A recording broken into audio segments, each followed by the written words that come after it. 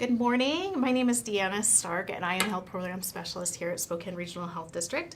And today we're going to switch spots, and I'm going to actually be interviewing Dr. Velasquez. It is Alzheimer's Awareness Month, and we want to recognize that today. And so I'm going to be asking some questions of Dr. Velasquez, and we're going to be discussing how this is actually a public health issue and why we're concerned about it, and just some resources and things that we can all do to help out. Good morning, Good Dr. morning, Velasquez. Diana. Thank you for inviting me Of to my own course, show. of course, to your own show.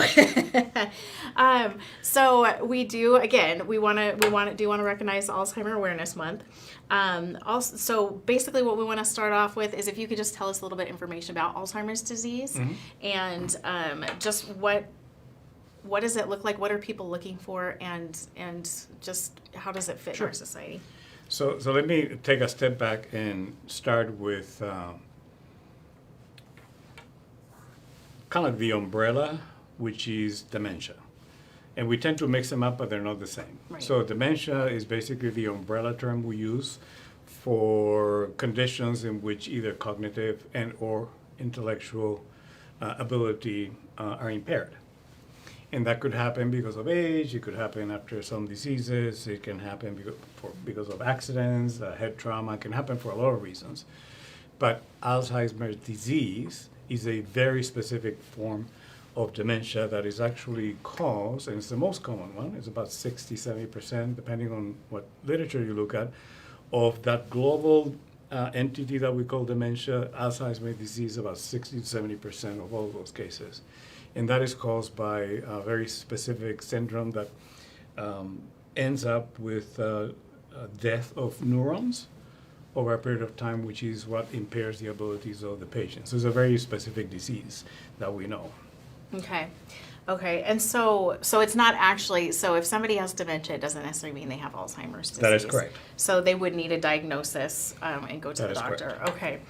And so a lot of people probably don't necessarily feel the impact of it directly.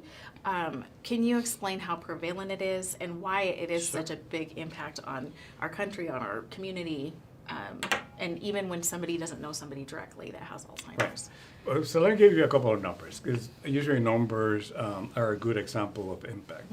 So we do know that roughly close to 7 million people over the age of 65 in the U.S., it's a lot more globally, have Alzheimer's disease.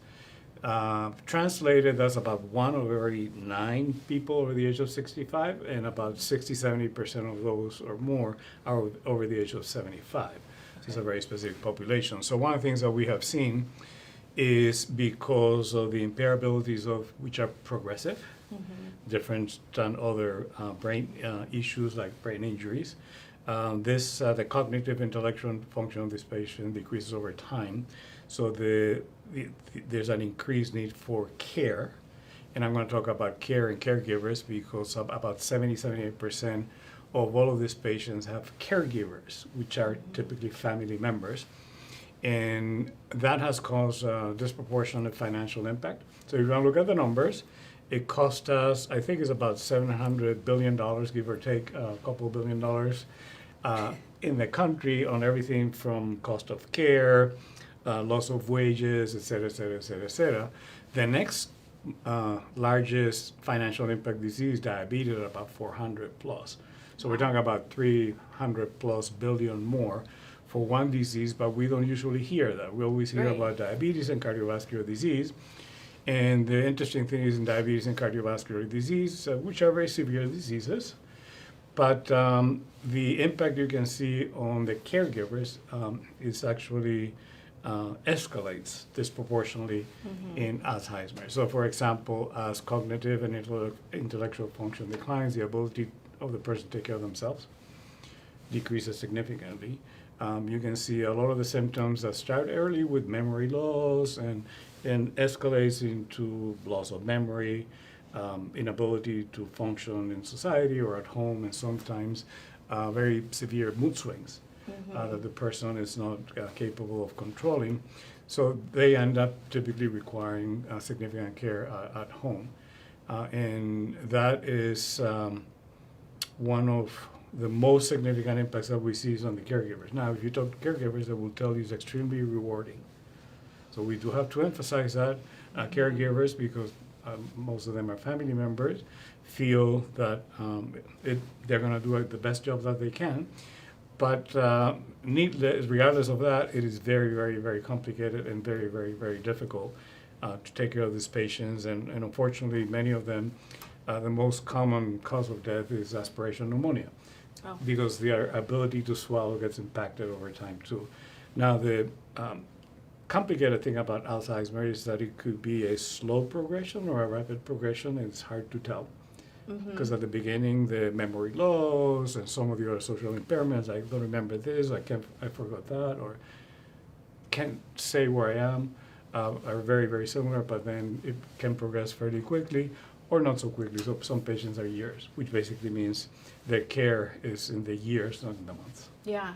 So what I'm hearing is that it's like an extremely dynamic disease, and we don't, like, there's so many different phases of it.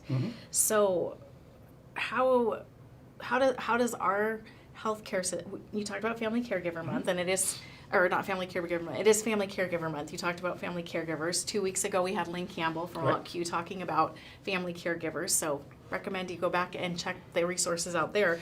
But how else does our community and our medical care system support patients? It sounds like the bulk is on the family caregiver. So how are we supporting not only the patients but the families? Sure. So you have to think about kind of like the three different buckets. There are clinical issues that healthcare will take care of.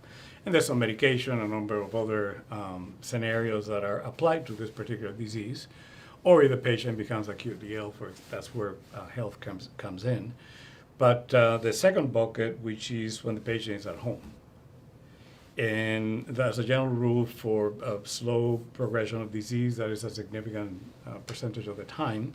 And that's where the patient may need more care. It could be something as simple as, we need to take your car keys away. You can't drive anymore, because you may drive and you may not remember how to come back, which happens, unfortunately, very often. So a lot of that is about at the home. And then the third is when the patient has a combination of those intellectual and cognitive functions and some clinical issues which require long-term care. And that's a combination of at-home care as well as institutional care and or facility care. But the caregivers are the common denominator through all of those pieces of the puzzle, because they're the ones that are navigating that with the patient, regardless of whether the patient's in the hospital because it has an acute infection, or an institution, or at home. Okay, so we have a lot to be thankful for with our We caregiving, all the family caregivers out there, and I'm sure they save time and money and resources throughout the healthcare system. No, absolutely. So it's been calculated so a significant percentage of that cost has to do with the impact on caregivers and family in terms of either lost wages or expense related to. If you think about it, if you need to kind of secure your home a little bit differently, well, Right. That's an expense. Now, the good news is that there are some resources, and a good place that everybody can go to look at is the Alzheimer Association. On their website, they have access to pretty much all of the resources that are available to you. And actually, I brought with me from the Dementia Action Collaborative from Washington State. This is a book that anyone can order, and we can put the link at the end. But basically, it takes you through what the stages are. Here I'm wondering, I'm not sure what's going on, all the way from the mild cognitive impairment to the early stage of dementia, mild stage, and late stage. And these are the stages, and as I mentioned, patients progress differently. Not everybody follows exactly the same path. And when you look at wondering and worried, data from surveys of family members have unequivocally proven that people want to know. They want to know. They might try to know what they're dealing with, not only the patient but also the family, and then they can deal with it. So it's not like I don't want to know about it. It's like, and the surveys across the world go between 78 and 90% of families and patients. When you say, do you want to know what your condition is, yes or no? And more elaborate than that, but that's the question. The answer is typically, I'd much rather know. Yeah, so diagnosis. Then I can deal with it, which is helpful, because then you can also plan.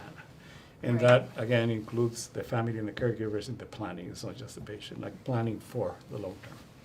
So, as somebody who might not be a direct caregiver, just somebody in the community, what are some practical steps that we can all do to not only just help caregivers, people impacted by Alzheimer's, help ourselves? What are some practical things we Sure. can do to make an impact on how this disease is affecting our community? So there's a couple of things we can all do. First of all, we should all know a little bit more about it because it's a fairly common disease and does impact a significant percentage of the population. And I bet that most people know someone, have heard of someone, or related to someone that has either gone through it or is a caregiver for. And that's my case too. I've seen it, not only my family, but I've also seen it with friends and others. So being aware, because if you are the patient, you may ask me 3 times the same question.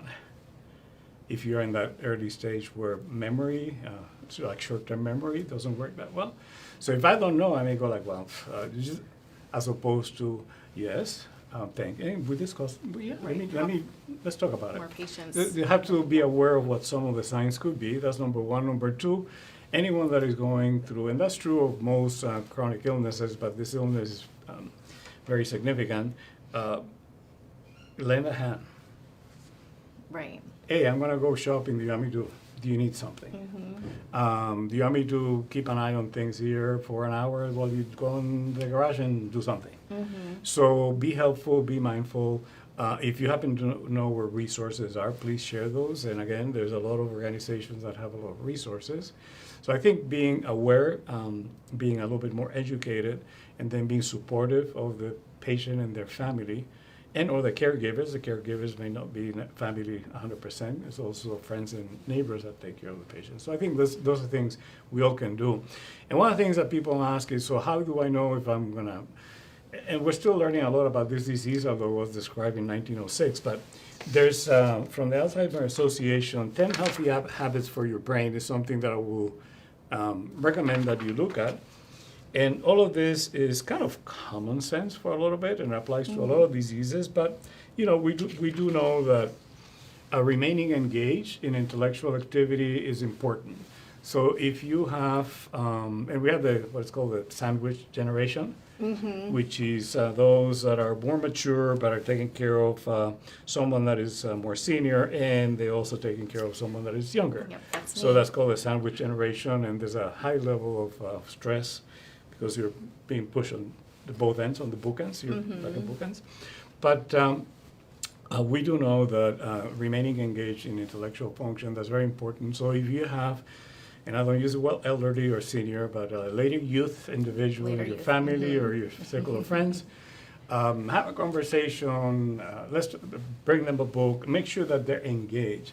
Don't have them sit in the corner there quietly just because maybe they can't hear that well or they're not that articulate. Let's keep that brain active. I think we need to keep doing that. And I think is one of the best things we can all do for your own health. Make sure your brain is always engaged. Right. Even now. Even right now. now? Okay. Yep. Okay. So I can start now. You can I start can now. start doing crosswords. That can be my my excuse. Any level of cognitive activity that is challenging and keeps your brain engaged is important. Okay, great. Okay, well, great. We will put those resources in the comments. And then I think there may be some other information coming out this month. Pay attention, and we'll sure share whatever we have. Do you have anything else? Did you have anything else that you wanted to share? Sure. I think the only thing I would like to share is earlier on, many years ago, there was a little bit of we don't want to talk about it. It is okay. It is a disease like many other diseases, and it can happen to almost anyone. We don't know exactly. There are some risk factors, but I cannot predict 100%. So let's be mindful of that. And it's a disease like any other disease. The patient is not their fault. It happens. And the family is going through a lot, and the caregivers are going through a lot. So let's just be sensitive to that, and we'll all do better. Awesome. Okay, so be kind. So, Yep. Okay, thank you so much, Dr. Velasquez, for trading spaces for me Thank and you. letting me interview you. And we will not be having Facebook Live next week because it is Thanksgiving. So we will see you in a couple weeks. Well, thank you. Have a good day. Appreciate it.